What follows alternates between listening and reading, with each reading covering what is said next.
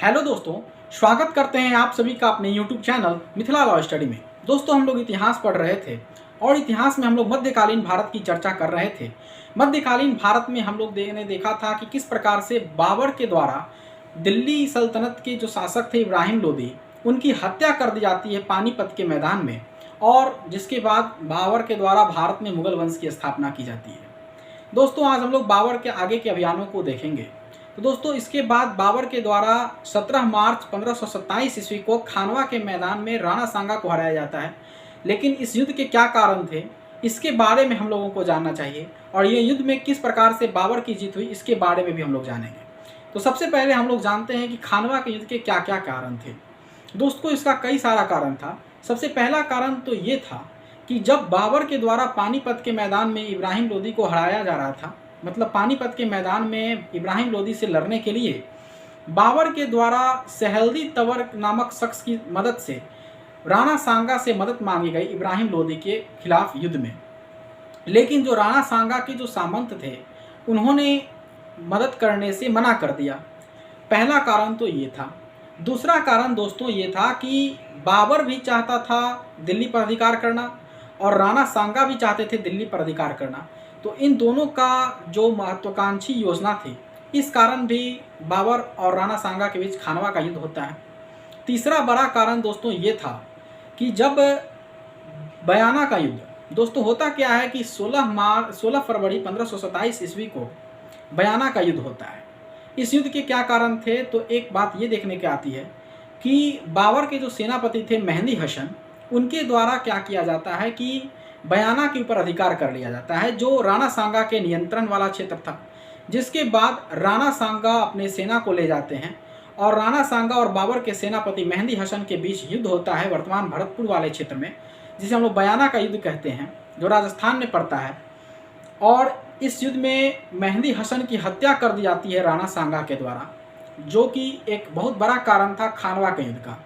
इसके बाद दोस्तों, इस युद्ध में हारने के बाद बाबर की सेना जब हारती है तो बाबर की सेना दिल्ली वापस चली जाती है और बाबर की जो सेना है वो आगे लड़ने से मना कर देती है, बाबर के खिलाफ ही बगावत कर देती है।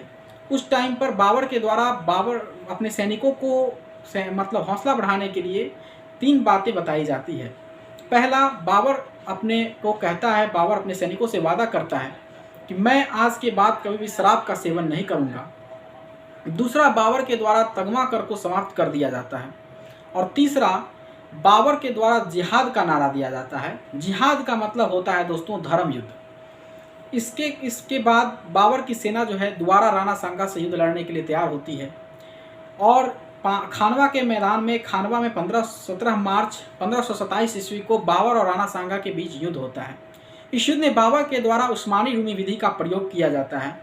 उस्मानी रूमी विधि दोस्तों, इसका मतलब ये होता है कि जो तोप होते हैं उसको ज़मीन में गाड़ के उसे जंजीर से बांध के उसका प्रयोग करना उस्मानी रूमी विधि कहलाता है। वहीं राणा सांगा के द्वारा पाती पेरवन प्रथा का प्रयोग किया जाता है।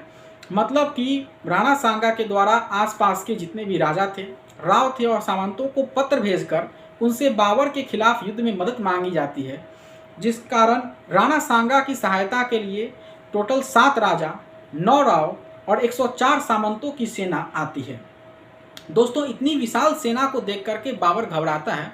बाबर के द्वारा अलायंस के लिए पत्र भेजा जाता है राणा सांगा को, लेकिन राणा सांगा के जो सामंत थे उनके द्वारा संधि करने से मना कर दी जाती है। जिसके बाद युद्ध स्टार्ट होता है। युद्ध में दोस्तों बाबर जो था ये भारी पड़ता है। इसका रीज़न ये था कि जो राणा सांगा की जो सेना थी वो बहुत विशाल थी और उसमें बहुत सारे राजा थे, कोई एक लीडर था नहीं। टुकड़ियाँ कई टुकड़ियों में विभाजित थी सेना, उसका कोई एक लीडर नहीं था। ये बहुत बड़ी रीज़न थी हार का। दूसरा बड़ा रीज़न ये था कि बाबर आर्टिलरी का प्रयोग कर रहा था, तोप का प्रयोग कर रहा था, और इधर राणा सांगा की जो सेना थी वो तलवार और भाले का प्रयोग कर रही थी। और तीसरा, तुलुगमा पद्धति जो मंगोल से उन्होंने सीखी थी बाबर ने, इसका प्रयोग करने के कारण राणा सांगा का हार होता है। लेकिन दोस्तों, इस युद्ध में क्या होता है कि राणा सांगा के शरीर पर टोटल 80 घाव लगते हैं, ऐसा कहा जाता है। जिसके बाद झाला अज्जा जो है बाबर के राज चिन्ह, राणा सांगा के जो राज चिन्ह हैं उन्हें धारण करता है। झाला अज्जा ये सादड़ी के थे, जो मतलब राणा सांगा के सामंत थे, इनके द्वारा राज चिन्हों को धारण किया जाता है और राणा सांगा को युद्ध के मैदान से बाहर निकाल करके उन्हें बसवा, जो कि दौसा राजस्थान में पड़ता है, वहाँ ले जाकर रख दिया जाता है। दोस्तों इसके बाद क्या होता है कि बाबर की जीत होती है और अंत समय में जो सहेल्दी तंवर था, जो राणा सांगा की तरफ से लड़ रहा था, वो बाबर की सेना में शामिल हो जाता है। तो ये था दोस्तों खानवा का युद्ध। और इसके बाद होता है बाबर, दोस्तों कर्नल जेम्स स्टॉर्ट का नाम आपने सुना होगा। कर्नल जेम्स स्टॉर्ट, जिन्हें राजस्थान इतिहास का फादर भी कहते हैं, इनके द्वारा राणा सांगा को सैनिकों का भग्नावशेष कहा गया है। इसके बाद चंदेरी का युद्ध होता है और चंदेरी का युद्ध होता है 1528 ईस्वी में। इसमें बाबर के द्वारा मेदिनी राय को हराया जाता है। इसके बाद 1529 में घाघरा का युद्ध।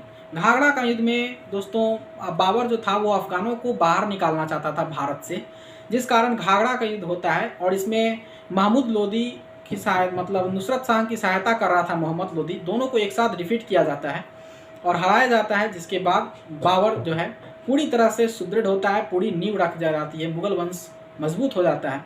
तो ये रहा दोस्तों बाबर के आगे का अभियान। इस अभियान को याद करने के लिए एक बहुत ही बढ़िया ट्रिक है। पानी पी के खाना खाया, चला चंदेरी घाघरा पहन के, पानी पी के पानीपत, खानवा, चंदेरी और घाघरा का युद्ध। तो हम लोगों ने दोस्तों बाबर के अभियानों को देख लिया। अब बाबर के कार्यों को देख लेते हैं। दोस्तों बाबर के द्वारा अपनी आत्मकथा की रचना की गई, मुबैयान पद शैली में, जिसको लिखा गया, जो तुर्की भाषा में लिखा गया, जिसका नाम है बाबरनामा।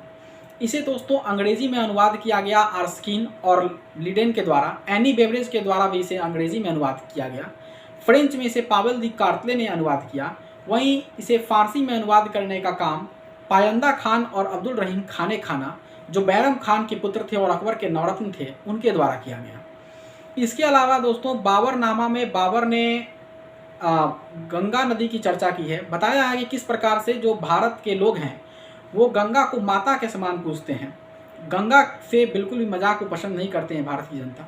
दूसरा, बाबर ने फलों के राजा आम की भी चर्चा अपने पुस्तक बाबरनामा में की है। फारस के चित्रकार जिसका नाम विजाद है, उसकी भी चर्चा बाबरनामा में मिलता है। इसके अलावा बाबर ने भारत को धनी राष्ट्र बतलाया है अपनी पुस्तक बाबरनामा में। अब दोस्तों बाबर के स्थापत्य कला की अगर बात करें, कंस्ट्रक्शन वर्क की अगर बात करें, तो बाबर के द्वारा आगरा में आराम बाग का निर्माण करवाया गया। आगरा की स्थापना दोस्तों, आगरा शहर को बसाया गया था सिकंदर लोदी के द्वारा 1504 ईस्वी में। तो दोस्तों ये किया गया बाबर के द्वारा। इसके बाद और दोस्तों और कोई पानीपत के मैदान में मस्जिद का भी निर्माण बाबर के द्वारा किया जाता है। तो ये रहा दोस्तों आज का हम लोग बाबर के बारे में जानकारी। अब हम लोग कल हुमायूं के बारे में जानेंगे। अगर दोस्तों लेक्चर अच्छा लगा तो प्लीज़ लाइक करेंगे, शेयर करेंगे और चैनल को सब्सक्राइब करेंगे। जय हिंद।